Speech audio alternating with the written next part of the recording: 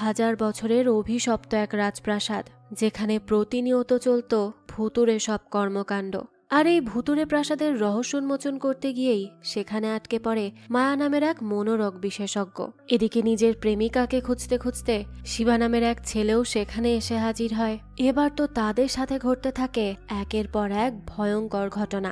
হাজার বছর পর কোনো এক অশুভ শক্তি আবারও জেগে উঠেছিল এই প্রাসাদে। এখন এটাই দেখার পালা, মায়া আর শিবা মিলে কি পারবে এই অশুভ শক্তির সাথে লড়াই করতে, আর ওই প্রাসাদ থেকে মুক্তি পেতে, নাকি ওই অশুভ শক্তি তাদেরকেই গ্রাস করে নেবে। সেটাই দেখবো আজকের গল্প ত্রিকালাতে। চলুন তাহলে আর দেরি না করে আজকের এই গল্পটা শুরু করা যাক। শুরুতেই আমাদের বলা হয় সনাতন ধর্ম অনেক পুরনো একটা ধর্ম, আর দুইটা সবচেয়ে গুরুত্বপূর্ণ জিনিস হলো কর্মফল এবং পুনর্জন্ম। একটা মানুষের একবার জন্ম নেওয়ার পর আবারও অনেকবার জন্ম নিতে হয়, কারণ একটা মানুষ আগের জন্মে যেই কাজগুলো করে তার ফল হিসেবে সে পুনর্জন্ম পেয়ে থাকে। যদি কোনো মানুষ ভালো কাজ করে থাকে তাহলে তার পুনর্জন্মও ভালো হবে, আর যদি আগের জন্মে কোনো খারাপ কাজ করে থাকে তাহলে পরের জন্মে তাকে এগুলো শাস্তি ভোগ করতেই হবে। আর এটাই প্রকৃতির নিয়ম। মূলত সনাতন ধর্মের লোকেরা এটাই মনে করে থাকে। যাক, এখান থেকে দৃশ্য পরিবর্তন হয়। আমাদের একটা বুড়ো দাদিমাকে দেখানো হয়, তার কাছে একটা ছোট্ট মেয়ে আসে। সে এসে একটা গরুর ব্যাপারে অনেক নালিশ করতে থাকে। তখন দাদিমা ছোট্ট মেয়েটাকে বলে, গরুর উপর রাগ করা আর তোমার মায়ের উপর রাগ করা একই কথা, কারণ আমাদের ধর্মে মানা হয় গরু আমাদের মা, তাই আমাদের উচিত আমাদের মায়ের সাথে ভালো ব্যবহার করা। তাছাড়া গরু আমাদের দুধ দেয় যাতে আমাদের শরীরে শক্তি হয়, তাই আমাদের উচিত গরুকে সম্মান করা। ছোট মেয়েটা এই কথা শুনে বলে, ঠিক আছে, আমি এরপর থেকেই সবকিছু খেয়াল রাখবো। তখন দাদিমা তাকে বলে, শোনো, আজকে তোমাকে আমি একটা গল্প শোনাই। এই কথা শুনেই তো মেয়েটা বেশ খুশি হয়ে যায় আর গল্প শুনতে রাজি হয়ে যায়। আসলে দাদি নানিদের কাছে গল্প শোনার মজাটাই আলাদা, বলুন তো। এরপরই দাদিমা তার গল্প বলতে থাকে। তিনি বলেন, 1000 বছর আগের কথা। একজন জমিদার ভূপতি এবং তার স্ত্রী সুমিত্রা এই গ্রামেই বসবাস করত। তাদের দুজনের সংসার খুব ভালো ছিল, খুব সুখে আনন্দেই তাদের জীবন চলছিল। তাদের সংসারের সবকিছু ভালো থাকলেও একটাই দুঃখ ছিল, যে তাদের নিজেদের কোনো সন্তান ছিল না। একটা সন্তানেরই অভাব বোধ করত তারা। সুমিত্রা সবসময় ধর্মের প্রতি খুব আগ্রহী ছিল। সে সবসময় পূজা পাঠ করত, ধর্মের সব আচার নিয়ম মেনে চলত, কিন্তু কিছুতেই কখনো শান্তি পেত না। এমন কোনো পূজা নেই যে সুমিত্রা করেনি, তবে এত কিছু করেও কিচ্ছু হচ্ছিল না। এর মধ্যে একদিন সুমিত্রা জানতে পারে নদীর ওই পাশে জঙ্গলের ভেতর একটা মূর্তি আছে, যার সামনে নাকি পুজো করলে মানুষ কখনোই খালি হাতে ফিরে আসে না। এই কথা শুনে সুমিত্রার এবার মনে আশা জাগে। সে একটা সন্তানের আশায় সেখানে চলে যায় পুজো করার জন্য, যে যদি পুজো করে সে একটা সন্তান লাভ করতে পারে। তো সেখানে পুজো করার পর সব থেকে বড় চমৎকার তখন হয় যখন সুমিত্রা পরের দিনই আবারও সেই জঙ্গলে যায়। তখন দেখে এই মায়ের, অর্থাৎ সে যেই মূর্তির পুজো করেছে তার পায়ের ছাপ সেখানে রয়েছে। এটা দেখে তো সুমিত্রা খুব খুশি হয়ে যায়। সে এবার একেবারে নিশ্চিত ছিল যে তার কোল আলো করে একটা সন্তান অবশ্যই আসবে। কিন্তু সব থেকে বড় সমস্যা তখনই সৃষ্টি হয় যখন একটা ভুয়াতান্ত্রিক রাজাকে বলেছিল, তুমি যদি একটা পবিত্র গরুর গলা কেটে দাও তাহলেই তোমার সন্তান এই পৃথিবীতে জন্ম নিবে, অবশ্যই নিবে। এই কথা শুনেই তো রাজার এক মুহূর্ত দেরি করে না, গরুকে বলিদান দেওয়ার প্রস্তুতি নিয়ে নেয়। অন্যদিকে রানী সুমিত্রা এই কথা জানতেই তাড়াহুড়ো করে চলে আসছিল রাজাকে আটকাতে, যাতে কোনোভাবে সেই অনর্থ করতে না পারে। কিন্তু সে আসার আগেই রাজা সেই গরুকে বলিদান দিয়ে দেয়। এটা দেখার সাথে সাথে রানী অজ্ঞান হয়ে পড়ে যায়। এর কিছুদিন পরই রানী একটা সন্তান প্রসব করে। দেখা যায় তার একটা ছেলে সন্তান হয়। কিন্তু সব থেকে বড় দুঃখের ব্যাপার হলো রানীর সন্তান মানসিকভাবে অসুস্থ ছিল। তার মানে তাদের উপর হয়তো অভিশাপ লেগেছে, এটাই ছিল তাদের বিশ্বাস। আর এই অভিশাপটা শুধু তাদের পরিবারেই সীমাবদ্ধ ছিল না, পুরো গ্রামেও ছড়িয়ে পড়েছিল। গ্রামের মানুষ ধীরে ধীরে চরম দুর্ভোগে পড়ে। খাদ্যের অভাবে ধীরে ধীরে তারা মারা যেতে শুরু করে। একেবারে দুর্দশা নেমে আসে পুরো গ্রামের মধ্যে। গ্রামের এই দুর্দশায় সুমিত্রা দেবী ভীষণ মর্মাহত হয়। তাই সে আর কোনো উপায় না পেয়ে জঙ্গল থেকে সরাসরি দেবী কাটারির মূর্তি গ্রামে নিয়ে আসে আর নিজের গ্রামেই প্রতিষ্ঠা করেন। এরপরই পুজো করতে থাকেন। এরপর ধীরে ধীরে দেবীর আশীর্বাদে গ্রাম দুর্ভোগ থেকে মুক্তি পেলেও সেই পরিবার তাদের কর্মফলের ছায়া থেকে আর কখনোই মুক্ত হতে পারেনি। এরপর থেকে তাদের বংশধরদের প্রত্যেকের উপরেই সেই অভিশাপ গিয়ে লাগে। প্রত্যেকেরই কোনো না কোনো প্রতিবন্ধকতা সৃষ্টি হয়। সবাই সেই অভিশাপ নিয়েই জন্মগ্রহণ করতে থাকে। প্রজন্মের পর প্রজন্ম কেটে গেলেও পরিবারটি একই দুর্ভাগ্যের ফাঁদে বন্দী হয়ে থাকে। আর সূর্যবর্মা এমনই এক পরিবারে জন্মগ্রহণ করে যার উপর বহু প্রজন্ম ধরে এই পূর্বপুরুষদের অভিশাপের ছায়া রয়েছে। এখান থেকে দৃশ্য পরিবর্তন হয়। আমাদের 1987 সালের দৃশ্য দেখানো হয়, যেখানে আমরা দেখতে পাই সেই রাজার শেষ বংশধর এখনো পৃথিবীতে আছে। আর সেও একজন জমিদার। এখন এই জমিদারের স্ত্রী একটা সন্তান জন্ম দেয়, কিন্তু সন্তান জন্ম দেওয়ার সময়ই তার স্ত্রীটা মারা যায়। এই জমিদারও প্রতিবন্ধী ছিল। জমিদারের নাম সূর্য, অর্থাৎ সেই সূর্যবর্মা। সূর্যর ছেলের এমন একটা রোগ রয়েছে, এই রোগে সূর্যের আলো যদি কোনোভাবে তার ছেলের উপর পড়ে তাহলে তার পুরো শরীর জ্বলে যেতে পারে। তাই সেই জমিদারের বন্ধু মাদান তাকে বোঝানোর অনেক চেষ্টা করে যে এই ছেলেটা তো তার নিজের, কিন্তু সূর্যের কিচ্ছু যায় আসে না। এটা দেখে তখন মাদানের খুবই খারাপ লাগে। এরপর মাদান একজন পণ্ডিত মশাইয়ের কাছে যায় আর সেই ছোট্ট ছেলের কুণ্ডলী দেখতে বলে। পণ্ডিত যখন ছেলেটার কুণ্ডলী দেখে তখন সেখানে সকল প্রদীপ নিভে যায়। পণ্ডিত তখন সেই ছেলের পূর্বপুরুষদের কর্মফল দেখতে থাকে। এরপর সে মাদানকে জানায় এই ছেলের পূর্বপুরুষ অনেক আগে একটা গরুকে মেরে অনেক বড় ভুল করেছিল, যার কারণে তার পুরো বংশধরকেই এই পরিস্থিতির শিকার হতে হচ্ছে। আর এই ছেলেটাও খুব ভয়ঙ্কর, তাই ভবিষ্যতে একে নিয়ে কোনো বিপদ অবশ্যই হবে। এখান থেকে দৃশ্য পরিবর্তন হয়। আমাদেরকে 30/12/2024 সালের সানকারা নামের একটা গ্রামের দৃশ্য দেখানো হয়, যেখানে কিছু লোক একটা লাশ এনে তাকে মাটিতে দাফন করে রেখে যায়। পরের দিন সেই জঙ্গলে বসে একটা ছেলে সিগারেট টানছিল। তখনই হঠাৎ সে খেয়াল করে তার সামনে থাকা গাছটিতে দুইটা মানুষের লাশ ঝুলছে। এটা দেখেই তো সে ভীষণ ভয় পেয়ে যায় আর দ্রুত সেখান থেকে চলে যায়। একটু পরই সেখানে পুলিশ, মিডিয়া সবাই এসে হাজির হয়। লাশ দুইটার অবস্থা এতটাই নৃশংস ছিল যে তাদের দিকে তাকানো যাচ্ছিল না। সবাই তো অনেক বেশি ঘাবড়ে গিয়েছিল। সেই মুহূর্তে এই গ্রামে মায়া নামের একজন ইনভেস্টিগেটিভ জার্নালিস্ট আসে। সেই কেসটা ইনভেস্টিগেট করতে এসেছিল, কিন্তু সে যখন পুলিশ অফিসারের সাথে এসব নিয়ে কথা বলে, পুলিশ অফিসার তখন তাকে কোনো পাত্তাই দেয় না। সে সেখান থেকে চুপচাপ লাশ নিয়ে চলে যায়। কিন্তু সবাই এখান থেকে চলে গেলেও মায়া সেখানে একটা অদ্ভুত ধরনের মুখোশ খুঁজে পায়। এটা কিসের মুখোশ, কোত্থেকে আসলো আর এর পেছনের কাহিনীই বাকি, তা তো আমরা পরবর্তীতেই জানতে পারবো। দৃশ্য এখান থেকে পরিবর্তন হয়। আমাদেরকে রাতের দৃশ্য দেখানো হয়। দেখা যায় একটা লোক সাইকেলে করে একা রাস্তা দিয়ে যাচ্ছিল। অন্যদিকে প্রতিটা নিউজে বলে দেওয়া হয়েছিল এই গ্রামের মানুষ যেন সূর্য ডোবার পরে বাইরে না বের হয়, কারণ পুলিশের ধারণা কোনো ডাকাত দল মানুষকে লুট করার জন্য রাতে অস্ত্র নিয়ে জঙ্গলে লুকিয়ে থাকে আর লুট করার পর মানুষকে মেরে ফেলে। এদিকে যখন সেই লোকটা একা একা জঙ্গল দিয়ে যাচ্ছিল তখন হঠাৎই সে খেয়াল করে কয়েকজন কি যেন করছে। তাই সে সাথে সাথে সাইকেল থামিয়ে মাঝ রাস্তায় দাঁড়িয়ে থাকে। তখনই দেখা যায় অনেকগুলো মুখোশধারী ছেলে সেখানে চলে আসে। লোকটা তো তাদের দেখে ভীষণ ভয় পেয়ে যায়, কিন্তু তখনই সেই ছেলেগুলো নিজের মুখ থেকে মুখোশ সরায় আর দেখা যায় ছেলেগুলো ছিল লোকটার ছেলে শিবার বন্ধু। শিবা তার বাবাকে জন্মদিনের সারপ্রাইজ দেওয়ার জন্যই এই সব কিছু প্ল্যান করেছিল। আমরা জানতে পারি শিবার মা নেই, তার বাবাই তাকে ছোটবেলা থেকে বড় করেছে। আর শিবা আর তার বাবার মাঝে বন্ডিংটা খুব ভালো। এখন শিবা তার বাবাকে জন্মদিনের উপহার হিসেবে একটা মোবাইল গিফট করে, যেটা দেখে তার বাবা খুব ইমোশনাল হয়ে যায়। এখান থেকেই দৃশ্য পরিবর্তন হয়। আমাদের সকালের দৃশ্য দেখানো হয়। শিবা তখন তার সাইকেল পরিষ্কার করছিল। অন্যদিকে তার বাবা এখনো তার সেই নতুন ফোন নিয়েই ব্যস্ত ছিল। তখনই নতুন ফোনে একটা কল আসে। শিবার বাবা ফোন রিসিভ করলে অপর পাশ থেকে কেউ একজন তাকে আচ্ছা মতো গালি দিতে থাকে। এটা দেখে তো শিবার বাবা হাত থেকেই ফোন ফেলে দেয়। তখনই শিবা ফোনটা তুলে নিলে ওই পাশের ছেলেটা বলতে থাকে, তোমার সাথে নিধির কি সম্পর্ক? তোমরা কালকে সারা রাত একসাথে ছিলে। আমি জানি তোমার মধ্যে এমন কি আছে যেটা আমার মধ্যে নেই। তুমি আমাকে শুধু নিধির দাম বলো, আমি সব করতে রাজি আছি। শিবা তখন বারবার বলছিল এটা রং নাম্বার, কিন্তু অপর পাশের ব্যক্তি তো কিছুই বোঝার চেষ্টা করছিল না। তাই এবার শিবা খুব রেগে যায়, তার বাবাকে ঘরের ভেতরে যাওয়ার জন্য বলে। এরপর সে আবারও ফোন নিয়ে ছেলেটাকে বেশ ধমকি দিয়ে ফোনটাই কেটে দেয়। দৃশ্য পরিবর্তন হয়। আমাদের সেই গ্রামের দৃশ্য দেখানো হয়, যেখানে সেই কাঠেরি দেবীর মূর্তি রয়েছে। এই গ্রামে এখনো বিভিন্ন গ্রাম থেকে মহিলারা আসে, নিজেদের সংসারের সমৃদ্ধির জন্য পুজো করে যায়। বর্তমানে একজন পণ্ডিত একটা মহিলাকে এই দেবীর ক্ষমতা সম্পর্কে বলছিল। তখনই হঠাৎ সেখান থেকে একটা নারকেল সেই পণ্ডিতের হাতে এসে পড়ে, তাও কিছু ফুল সহ। সেটা হাতে পড়তেই পণ্ডিতের চোখের সামনে কিছু অদ্ভুত আর ভয়ঙ্কর স্বপ্ন ভেসে ওঠে, যেটা দেখে সে খুব ভালো করেই বুঝে যায় যে তাদের গ্রামের সামনে কোনো বিপদ আসতে চলেছে।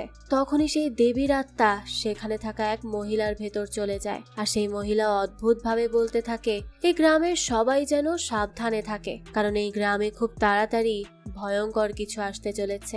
সবাই সেই মহিলাকে তখন কোনোভাবে শান্ত করায়। এখান থেকেই দৃশ্য পরিবর্তন হয়, আমাদের রাতের দৃশ্য দেখানো হয়। সেই পণ্ডিত রাজার মহলের সামনে চলে যায়, যেখানে এখন আর কেউ থাকে না, কারণ তাদের পুরো বংশই নষ্ট হয়ে গেছে। সেই বাড়িতে এখন শুধু গাছপালা উঠে আছে, একেবারে পরিত্যক্ত যাকে বলে। পণ্ডিত খুব ভালো করেই বুঝতে পারে হয়তো এই বাড়ির থেকেই তাদের আবারও কোনো বিপদ আসতে চলেছে। তাই পণ্ডিত গেটের সামনে লিখে দিয়ে আসে কেউ যেন এই বাড়ির ভেতরে না ঢোকে, যেই এখানে ঢুকবে তারই মৃত্যু হবে।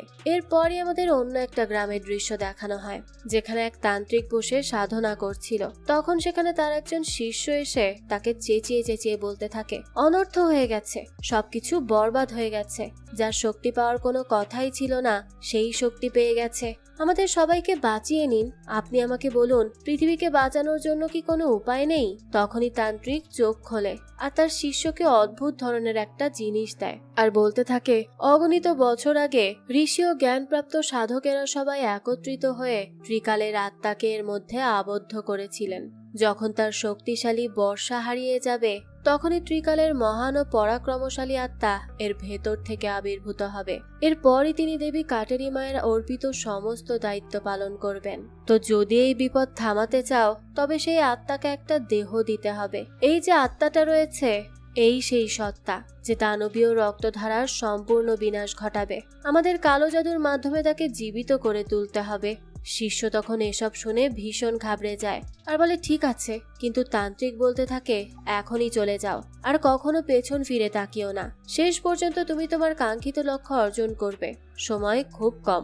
শুভ মুহূর্ত এসে পড়ার আগেই প্রেতাত্মার শক্তি ব্যবহার করে এই আত্মাটিকে জীবিত করে তোলো। তখনই সেই শিষ্য তাড়াতাড়ি বেরিয়ে পড়ে তার কাজের উদ্দেশ্যে। এরপর আমাদের সেই পণ্ডিতকে দেখানো হয়, সে তো পুজো করছিল। তখনই তার মনে হয় তার পেছনে কেউ একজন আছে। সে তো তখন অনেক ঘাবড়ে যায়, কিন্তু দেখা যায় তার পেছনে একটা আত্মা দাঁড়িয়ে আছে। সে তখন এতটাই ঘাবড়ে যায় যে তার হাত থেকে আরতির আগুন পড়ে যায়, আর তখনই সেই আত্মা তাকে সেখানেই মেরে ফেলে। তার এই অদ্ভুত ভাবে মারা যাওয়াটা গ্রামের কেউ মেনে নিতে পারছিল না। সবাই তো নিজেদের মধ্যেই বলা বলি করছিল যে কালকে উনি একদম সুস্থ ছিলেন, তাহলে আজকে হঠাৎ কিভাবে মারা গেলেন। গ্রামের সবাই ঘাবড়ে গিয়েছিল, কিন্তু সেই পণ্ডিত মারা যাওয়ার আগে গ্রামবাসীর উদ্দেশ্যে একটা চিঠি লিখে গিয়েছিল, যেখানে সে স্পষ্ট ভাষায় লিখেছিল আমাদের দেবী মা আমাদের উপর রেগে আছে, তাই সবাই সাবধানে থাকবে। এরপর থেকে দেখা যায় সেই গ্রামে অস্বাভাবিকভাবে এক এক করে মানুষের মৃত্যু হতে থাকে, আর সবারই মৃত্যু কোনো না কোনো ভাবে সেই দেবী কাটেরির সাথে সম্পর্কিত ছিল। পরে আরেকজন পণ্ডিত সবাইকে একটা চিঠি পড়ে শোনায়, যেটা মারা যাওয়ার আগে পণ্ডিত তাকে দিয়ে গিয়েছিল। সেখানে লেখা ছিল বহু বছর ধরে আমরা যে মধু পাচার পালন করে আসছি সেটার পথে কোনো বাধা এসে দাঁড়াবে, এই ভয় আমাকে গ্রাস করেছিল। আমার মনে হয় না ওই পরিবারের কেউ এই প্রথা চালিয়ে যাওয়ার দায়িত্ব নিবে। যদি তাই হয় তাহলে পুরো গ্রাম ধ্বংসের মুখে পড়বে। মানে এখানে যে পরিবার পাপ করেছে সেই পরিবারের কেউ যদি এখন পুজো করে দেবী মাকে সন্তুষ্ট করতে পারে তাহলে এই গ্রামের সবাই বেঁচে যেতে পারে। তবে এই গ্রামের শেষ বংশধর যে ছিল তার মা তাকে নিয়ে শহরে চলে গেছে তার চিকিৎসা করানোর জন্য, তাই এখন এই গ্রামে আর কেউ থাকে না। আমার মৃত্যুর আগে লেখা এই কথাগুলোকে সতর্কবার্তা হিসেবে রেখো, আমার মৃত্যুর সঙ্গে কারো কোনো সম্পর্ক নেই। তখন একটা লোক বলে এই গ্রাম থেকেই কেন রক্ত ঝরছে, আর কেন এই আচার পালনকারীরা মারা যাচ্ছে? আমি তো কিছুই জানি না। জায়গাটা শহরের কাছাকাছি ছিল বলে ভাবলাম এখানে আমার রিয়েল এস্টেট ব্যবসা শুরু করব, তাই একটা বাংলো কিনে সংস্কারের কাজ শুরু করেছিলাম। কিন্তু এসব কি হচ্ছে এখন? তখনই আরেকজন রেগে গিয়ে বলে তুমি আসলে কি বলতে চাইছো? তুমি আমাদের পরিস্থিতিটা বুঝতে পারছো না? সেই লোকটা বলে, আমার অনেকগুলো টাকা যাচ্ছে, তাই তোমরা আমার অবস্থা বুঝতে পারছো না। এই গ্রামে আতঙ্ক এমন ভাবে ছড়িয়ে যায় যে গ্রামের মানুষ ধীরে ধীরে গ্রাম ছেড়ে চলে যেতে থাকে। অন্যদিকে আমাদের শিবাকে দেখানো হয়। শিবা সেই ছেলেটার সাথে দেখা করতে আসে যে একটু আগেই ফোন দিয়ে তাকে গালি দিচ্ছিল। শিবা তাদের সাথে দেখা করতে যায় আর তাদেরকে ইচ্ছা মতো মেরে আসে। কিছুক্ষণ পরেই নিধি শিবাকে ফোন করে আর তার সাহায্য করার জন্য অনেক ধন্যবাদ জানায়। শিবা নিধিকে এসব ছেলেদের থেকে দূরে থাকতে বলে আর মনোযোগ দিয়ে পড়াশোনা করতে বলে। এরপরই ঘরে এসে সে তার বাবাকে আবারও ফোন দেয়। তখন শিবার বাবা তাকে বলে, তুমি তোমার মায়ের ছবি আমার ফোনের উপরে সেট করে দাও। শিবা জিজ্ঞেস করে, কেন? তার বাবা বলে, আসলে তোমার মা অনেক বছর হয়ে গেছে আমাদের মাঝে নেই, তাই এই ফোনে তোমার মায়ের ছবি থাকলে আমি তোমার মাকে সবসময় দেখতে পাবো আর তখন আমার মনে হবে তোমার মা আমার পাশেই আছে। এই কথা শুনে শিবা খুব ভালো করেই বুঝতে পারে তার বাবা তার মাকে কতটা ভালোবাসে। তাই শিবাও তার মায়ের ছবি তার বাবার ফোনের ওয়ালপেপারে সেট করে দেয়। কিন্তু একটু পরই শিবার বাবা এসে তাকে বলতে থাকে, আমি আর এই ফোন চালাবো না। শিবা তখন অবাক হয়ে জিজ্ঞেস করে, কেন, কি হয়েছে? তার বাবা বলে, নিধি নামের একটা মেয়ে বারবার ফোন দিয়ে আমাকে শুধু ধন্যবাদ দিচ্ছে, আমি আর সহ্য করতে পারছি না। একটু পর দেখা যায় নিধি আবারও শিবাকে কল দেয়। শিবা তখন তাকে বকা দিয়ে বলে, তুমি যে নাম্বারে ফোন করছো সেটা আমার বাবার নাম্বার, তাই ভবিষ্যতে এখানে আর ফোন দিও না। এখান থেকে দৃশ্য পরিবর্তন হয়। আমাদের শিবাকে দেখানো হয় সে তার বন্ধুদের সাথে ছিল। তখনই শিবার ফোনে একটা সমস্যা দেখা দেয়। আসলে শিবা তো অন্য গ্রামের, আর যেই গ্রামে পূজা হয় আর মানুষ বলে অভিশাপ আছে সেটা অন্য একটা গ্রাম। কিন্তু অদ্ভুত ব্যাপার হলো, শিবা নিজের ফোন থেকে যখনই কিছু অর্ডার দেয় আর নিজের গ্রামের লোকেশন দেয়, তখন সবসময় রাইডার শিবার গ্রামে অর্ডার না এনে কাটেরি দেবীর গ্রামে নিয়ে যায়। শিবা অনেকবার মোবাইল পরিবর্তন করেছে কিন্তু কোনো কাজ হয় না। এসব নিয়ে সে খুবই চিন্তিত ছিল।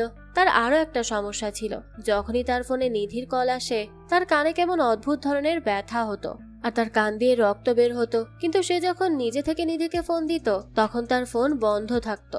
এইভাবে অনেক দিন কেটে যায়। শিবা নিধির সাথে কথা বলে না।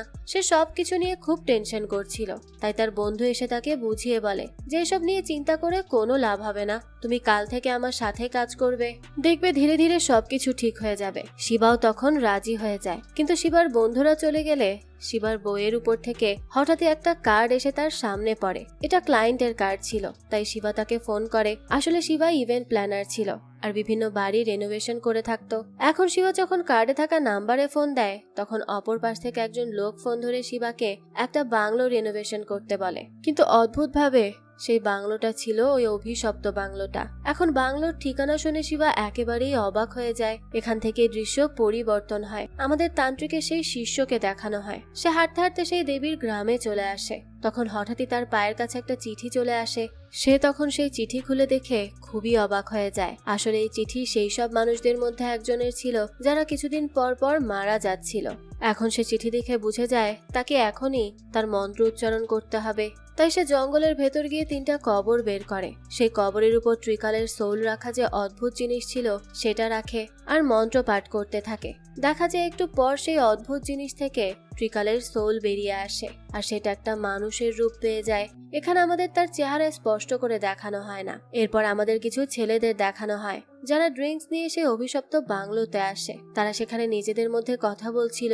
হঠাৎই একটা হাতুড়ি হাওয়ায় ভাসতে ভাসতে একটা ছেলের দিকে চলে আসে। এটা দেখে তো ছেলেটা খুব ভয় পেয়ে যায়। আর একটু পরই সেখানে একটা গাড়ি এসে থামে। গাড়িতে একটা অদ্ভুত লোক ছিল। গাড়িটা ছেলেগুলোকে মারার জন্য সামনে আসছিল।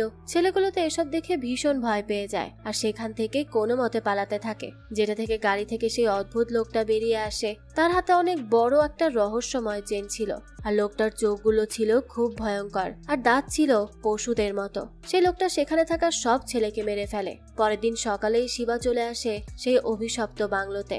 সে সেখানে আসা মাত্রই চারিদিক কেমন একটা নিস্তব্ধ হয়ে যায়। শিবা ভেতরে গিয়ে ফ্রিজ খোলে, দেখতে পায় সেখানে ফ্রিজ একদম ঠিক আছে।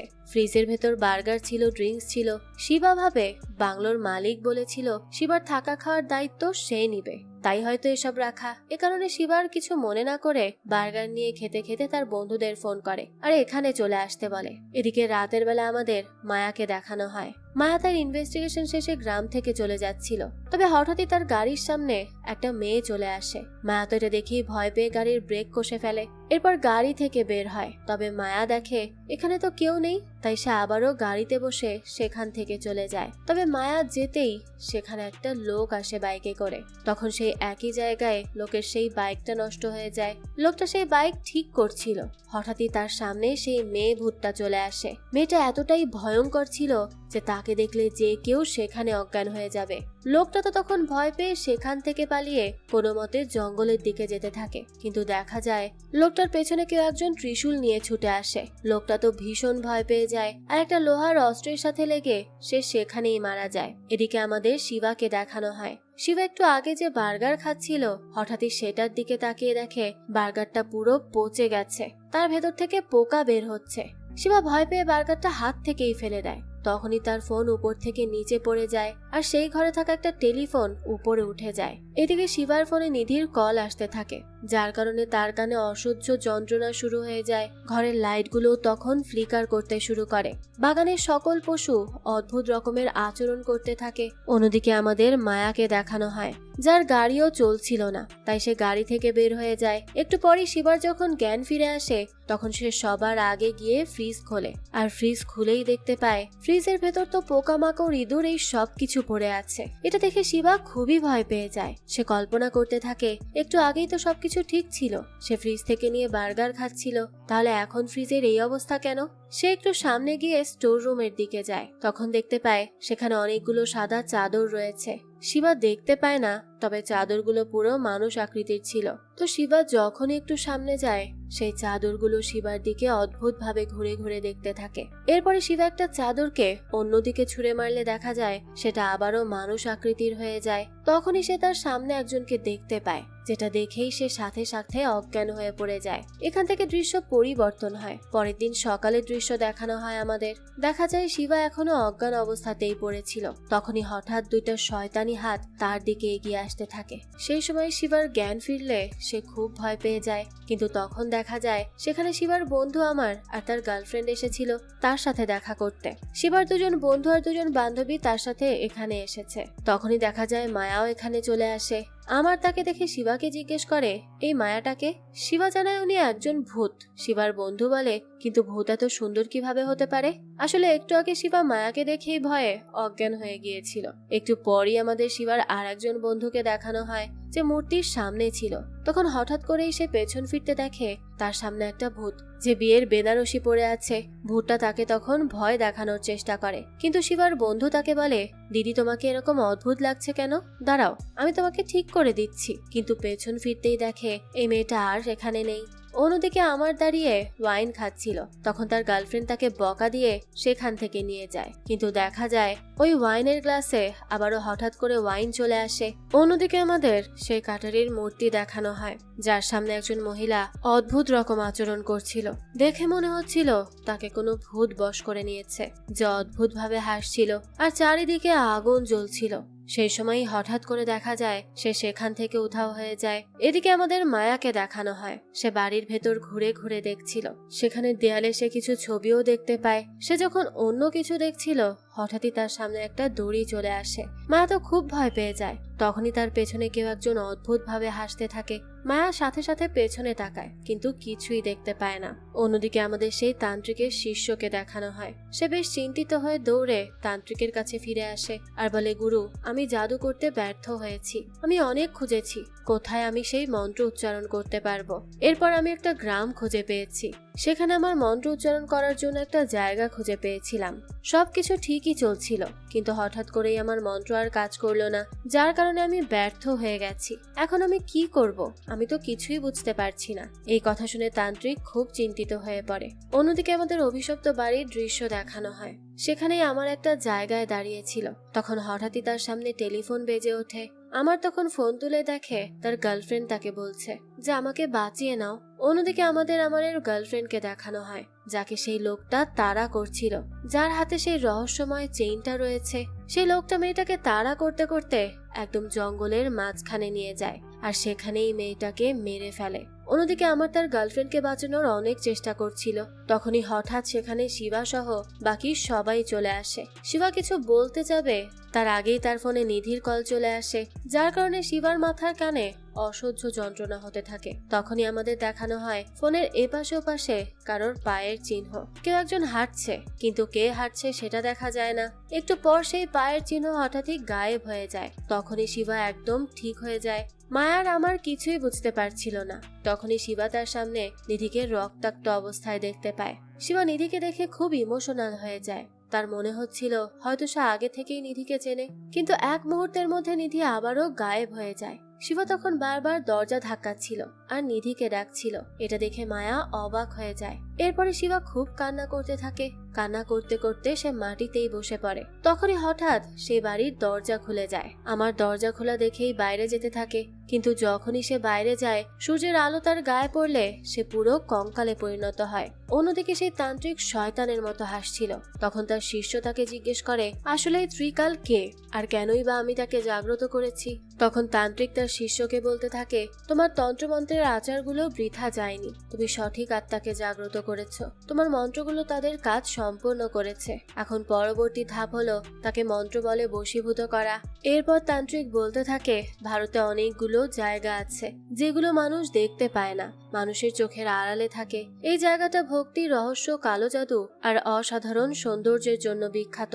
বহু বছর আগে এখানকার ঋষিরা সব কালো জাদুর শক্তি, মূল্যবান সম্পদ আর পবিত্র গ্রন্থগুলোকে খুব যত্ন করে লুকিয়ে রেখেছিলেন। এরপর তারা নিজেদের সমস্ত শক্তি একত্রিত করে একটা বিশাল শক্তি বর্ষা তৈরি করেন আর সেটাকে সমুদ্রের সঙ্গে মিশিয়ে দেন। কথিত আছে যে এই শক্তি বর্ষার নিয়ন্ত্রণ পাবে সে সব সম্পদ আর কালো জাদুর শক্তিরও মালিক হয়ে যাবে। দক্ষিণ ভারতের শাসক ত্রিকালার উপর দায়িত্ব ছিল একদিন যখন কুমারী খণ্ড বিলীন হয়ে যাবে তখন সে সেই গোপন স্থানে প্রবেশ করবে আর এটা রক্ষা করবে। অসংখ্য অসুর আর মানুষ সেই শক্তি বর্ষা দখল করার চেষ্টা করেছে, কিন্তু ত্রিকালা সবসময়ের রক্ষক হিসেবে দাঁড়িয়ে থেকেছে। পরে ত্রিকালার মৃত্যুর পর বিশেষ এক আচার অনুষ্ঠানের মাধ্যমে তার আত্মাকে একটা ডিমের ভেতর বন্দী করে রাখা হয়। ভবিষ্যৎবাণী ছিল যেদিন শক্তি বর্ষা বিপদের মুখে পড়বে সেদিন ত্রিকালা একজন মানুষের দেহে পুনর্জন্ম নিবে, আর এখন ঠিক সেটাই ঘটেছে। শক্তি বর্ষাটি ক্ষতিগ্রস্ত হয়েছে। কিছু লোভী মানুষ অসুরদের সাহায্য করেছে শক্তি বর্ষার খোঁজ পেতে। তারা এখন সেই গোপন স্থানের দিকে এগিয়ে যাচ্ছে। তাদের থামানোর ক্ষমতা একমাত্র ত্রিকালারই আছে, কিন্তু একটা সমস্যা আছে। ত্রিকালার আত্মা এখন এমন একজন মানুষের শরীরে রয়েছে যার পরিবার বহু বছর ধরে একটা গরু হত্যার পাপের ফল ভোগ করে আসছে। যদি সবকিছু ঠিক না হয় তাহলে সব পরিকল্পনা মতো এগোবে না। তাই এখন সবচেয়ে বড় প্রশ্ন হলো, এত অসাধারণ শক্তির অধিকারী সেই মানুষটিকে আমরা কিভাবে নিজেদের দিকে আনবো। এখান থেকে কাহিনী আবারও সেই দাদিমা আর ছোট্ট মেয়েটির কাছে আসে। মেয়েটি তার দাদিমাকে বলতে থাকে, বেচারি মহিলা নিজের শান্তির জন্য প্রার্থনা করেছিল, কিন্তু এরপর তার জীবনে অশান্তি ঘটে গেল। তার দাদি বলে এই সব কিছু হয়েছে শুধুমাত্র একটা কারণে, সেটা হলো বৈথারামে ত্রিকালা হওয়াতে। এখন ছোট্ট মেয়েটি জিজ্ঞেস করে, তাহলে সে ত্রিকালা কিভাবে হয়েছে? এখান থেকে আমাদের সেই দিনের দৃশ্য দেখানো হয় যেদিন ওই বংশধরের শেষ ছেলে জন্মগ্রহণ করেছিল। তখন তার বাবা তাকে মেনে নেয়নি, কারণ সূর্যের আলোতে সে বের হতে পারত না। পণ্ডিত মশাই এটাও জানায় যে এই ছেলের ভেতরে একটা অদ্ভুত দানব লুকিয়ে আছে। দিন যত যাবে তার ভেতরের এই দানব ততই বৃদ্ধি পাবে। মাদান পণ্ডিতকে জিজ্ঞেস করেছিল, কোনোভাবে পূজা বা মন্ত্র পড়ে কি দানবকে শান্ত রাখা যাবে না? পণ্ডিত মশাই জানায় একটা কাজ করে এই ছেলের ভেতরের দানবকে শান্ত করা যাবে, আর সেটা হলো তার মায়ের ভালোবাসা। তাছাড়া তাকে আর কোনো কিছুই শান্ত করতে পারবে না। এদিকে আমাদের ছোট্ট বৈথারামকে দেখানো হয়, যাকে একটা রুমে বন্ধ করে রাখা হয়েছিল। ছোট্ট ছেলেটা বাবা মায়ের আদর ভালোবাসা না পেয়ে একেবারে রাক্ষসে পরিণত হয়েছিল। তার সামনে যেই কাজের লোক আসতো তাকেই সে মেরে ফেলতো। সে শুধুমাত্র বাইরে যাওয়ার চেষ্টা করত, কিন্তু কেউ তাকে তার সমস্যার কারণে বাইরে যেতে দিত না। এরপরই তাকে একটা অন্ধকার রুমে রাখা হয়, যেখান থেকে তার রাগ আরো বাড়তে থাকে। একদিন সে একজন কাজের লোককে মেরে সেখান থেকে বেরিয়ে আসে, কিন্তু সূর্যের আলোতে আসতেই তার পুরো শরীর আগুনের মতো জ্বলতে থাকে। এখান থেকে দৃশ্য চলে আসে বর্তমানে। আমাদের শিবাকে দেখানো হয় সে এখনো নিধিকে খুঁজে যাচ্ছিল।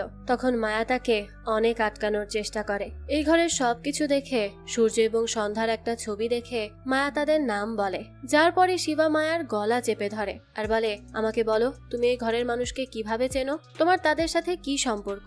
তখন মায়া শিবাকে বলতে থাকে, বৈথারাম যখন মানুষকে মারা শুরু করেছিল তখন তাকে মানসিক হাসপাতালে পাঠিয়ে দেওয়া হয়, কিন্তু সেখানে তার উপর আরো অত্যাচার হতে থাকে। এই সবকিছু সহ্য করতে না পেরে বৈথারাম মানুষকে আরো মারতে শুরু করে। ধীরে ধীরে দেখা যায় সবাই তাকে ভয় পেতে থাকে। যারা এতদিন তার উপর অত্যাচার করত তারাও তাকে ভয় পেতে শুরু করে। এভাবেই বাবা মায়ের ভালোবাসা, অবহেলা আর অত্যাচার সহ্য করতে করতে বৈথারাম বড় হয়ে যায়। তার মানসিক অবস্থা আরো খারাপ হয়ে যায়। তাকে সবসময় একটা শিকল দিয়ে বেঁধে রাখা হতো, আর তখন তার সাইকিয়াট্রিস্ট হিসেবে নিয়োগ দেওয়া হয় মায়াকে। মায়া তার এই অদ্ভুত ব্যবহার দেখে বুঝে যায় এটা কোনো সাধারণ অসুখ না। তাই সে সবার প্রথমে বৈথারামকে হিপনোটাইজ করে, তার ট্রিটমেন্ট শুরু করে। এখান থেকেই মায়া বৈথারামের অতীত সম্পর্কে জানতে পারে। তার অবস্থা খারাপ হলে ডাক্তার মাদানকে জানায় তার অবস্থা এখন শুধুমাত্র মায়ের ভালোবাসা, আদর, স্নেহই ঠিক করতে পারবে। তাই এবার মাদান সূর্যকে অনেকভাবে বোঝানোর পর সে একটা বিয়ে করে। সে তার ফ্যাক্টরিতে থাকা একজন কর্মীকে বিয়ে করেছিল যার নাম ছিল সন্ধ্যা। সন্ধ্যা সূর্য আর বৈথারামের সাথে অনেক ভালো ব্যবহার করত, কিন্তু বৈথারাম তাকে একেবারেই সহ্য করতে পারত না, তার সাথে খুব খারাপ আচরণ করত। কিন্তু এরপরেও সন্ধ্যা ধীরে ধীরে বৈথারামের কাছে যাওয়ার চেষ্টা করে, কিন্তু বৈথারাম সবসময় নিজেকে একটা ঘরে বন্দি করে রাখত। একদিন সন্ধ্যা তাকে বলে, তুমি এভাবে নিজেকে ঘরের ভেতর বন্দি করে রেখো না, এরকমটা তুমি কেন করো? তোমার খারাপ লাগে না? তোমার কি বাইরে যেতে ইচ্ছা করে না? চলো আজকে আমি তোমাকে বাইরে নিয়ে যাব। এই কথা শুনে বৈথারাম খুব অবাক হয়ে যায় আর সে নিজের রুমের দরজা খুলে দেয়। এরপর থেকে সন্ধ্যা আর বৈথারামের সম্পর্ক ধীরে ধীরে ভালো হতে থাকে। বৈথারাম এখন সন্ধ্যার সব কথা শুনে চলতো। ধীরে ধীরে মায়ের ভালোবাসা পেয়ে তার ভেতরের দানব একদম হারিয়ে যেতে থাকে। একদিন সন্ধ্যা বৈথারামকে মুখোশ পরিয়ে পুরো শরীর ঢেকে বাইরে নিয়ে যেতে থাকে। তখন রাজা সন্ধ্যাকে জিজ্ঞেস করে তারা কোথায় যাচ্ছে। সন্ধ্যা জানায় ছেলেটা বাইরে না যেতে পারলে সে বাইরের সম্পর্কে কিছুই জানতে পারবে না, তাই আমি তাকে বাইরে নিয়ে যাচ্ছি। কিন্তু রাজা বলে, তুমি যাই করো না কেন ওর ভাগ্য তেমনই হবে যেমনটা আমাদের পূর্বপুরুষের ভাগ্য ছিল। কিন্তু এর পরেও সন্ধ্যা বৈথারামকে সবসময় বাইরে নিয়ে যেত আর নিজের সন্তানের মতো আগলে রাখতো। এভাবেই খুব সুন্দর করে দিন যাচ্ছিল।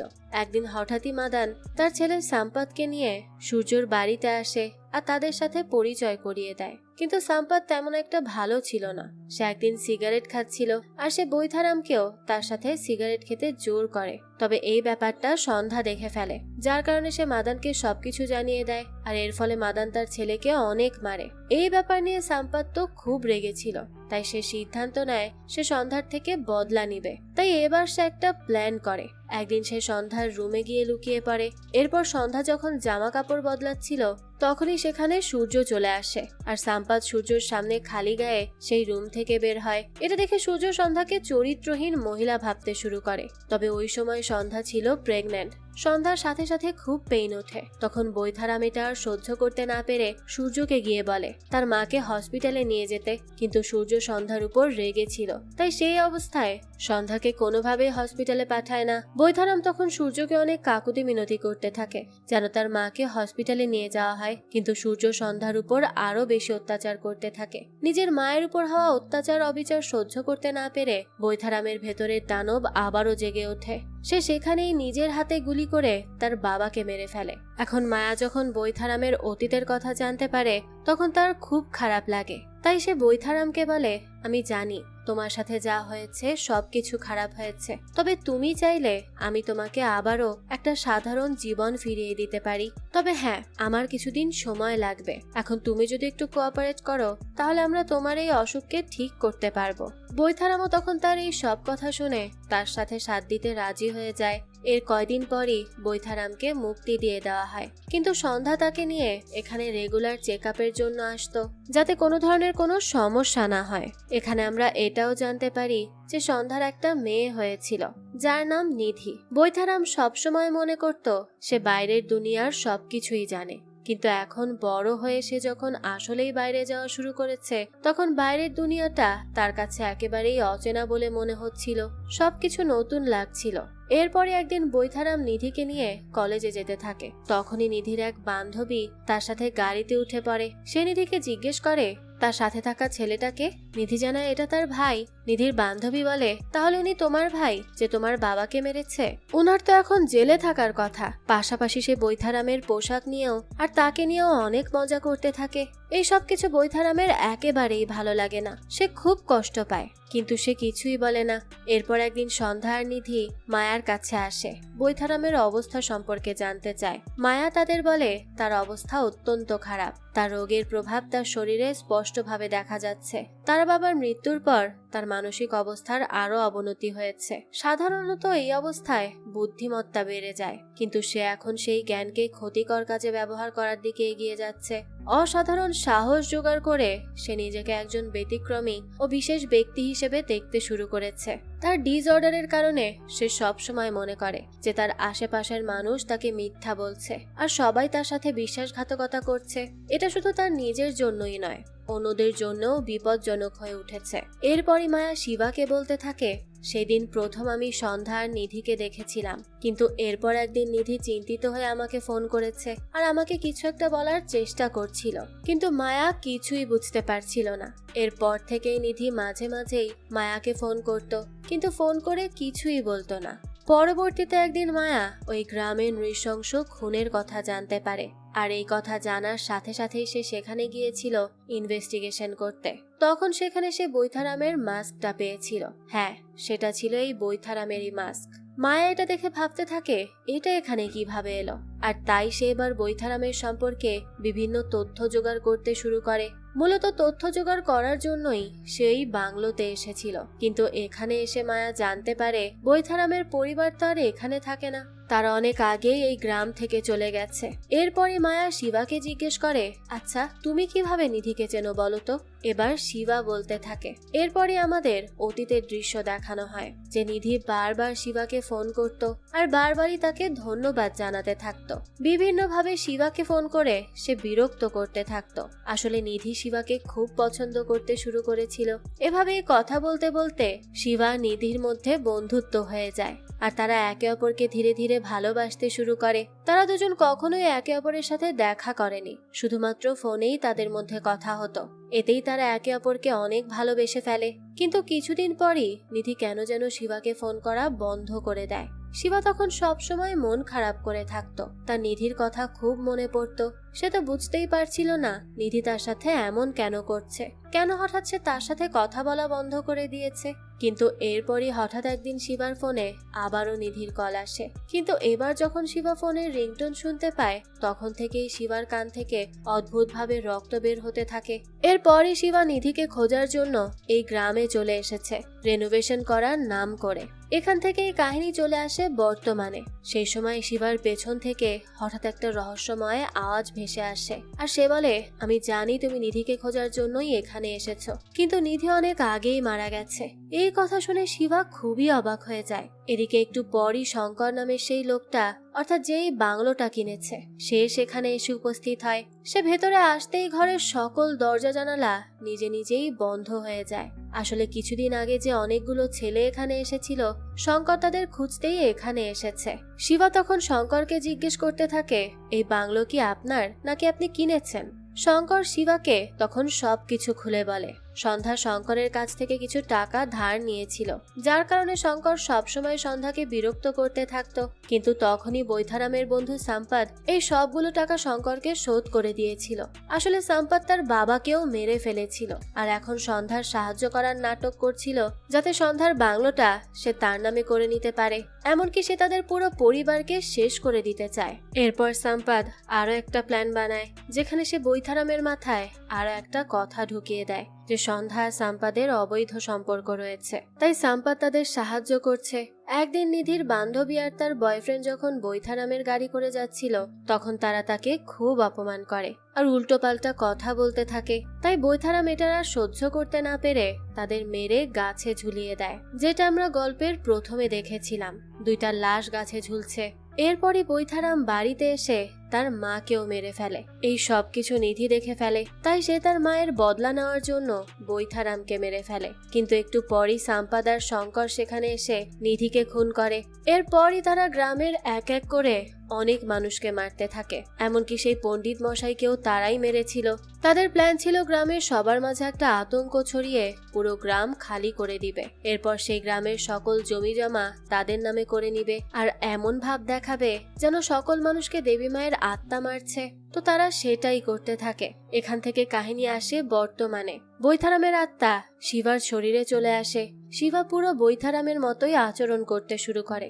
মায়া তখন কোনোভাবে শিবাকে শান্ত করে একটা চেয়ারের সাথে বেঁধে দেয়। এরপর তাকে হিপনোটাইজ করে আর তাকে তার মায়ের ভালোবাসা এবং সুন্দর মুহূর্তগুলো মনে করিয়ে দিতে থাকে। এখন তার মায়ের সাথে সুন্দর মুহূর্ত মনে করার পরই বৈথারামের আত্মা শিবার শরীর থেকে বের হয়ে যায়। কিন্তু একটু পরই এখানে সাম্পাদ চলে আসে। তাকে দেখে শিবা বন্দুক নিয়ে তাকে মারতে যায়। ওদিকে সেই তান্ত্রিক বৈথারামের শরীর কবর থেকে বের করে নিয়ে আসে আর তার ভেতরে ত্রিকালের আত্মাকে প্রবেশ করিয়ে দেয়। ত্রিকাল জেগে ওঠে আর সাম্পাদের মাথাকে শরীর থেকে আলাদা করে ফেলে। আসলে এখন বৈথারাম কোনো খারাপ আত্মাতে পরিণত হয়নি, সে এখন একটা ভালো আত্মাতে পরিণত হয়েছে, যে অন্যায়ের বিরুদ্ধে এবং সত্যের পক্ষে ইনসাফ আনে। আর এরই সাথে এই গল্পটাও এখানেই শেষ হয়ে যায়। কিন্তু আমাদের বলা হয় এই গল্পটার শেষ এখানেই নয়, যেহেতু এখনো অনেক রহস্য বাকি রয়ে গেছে, তাই সেই সব রহস্যের জট খুলতে এই গল্পের পার্ট 2 আসতে চলেছে। আর সেটা যখনই আসবে তা আমি আপনাদের জন্য এক্সপ্লেইন করার চেষ্টা করব।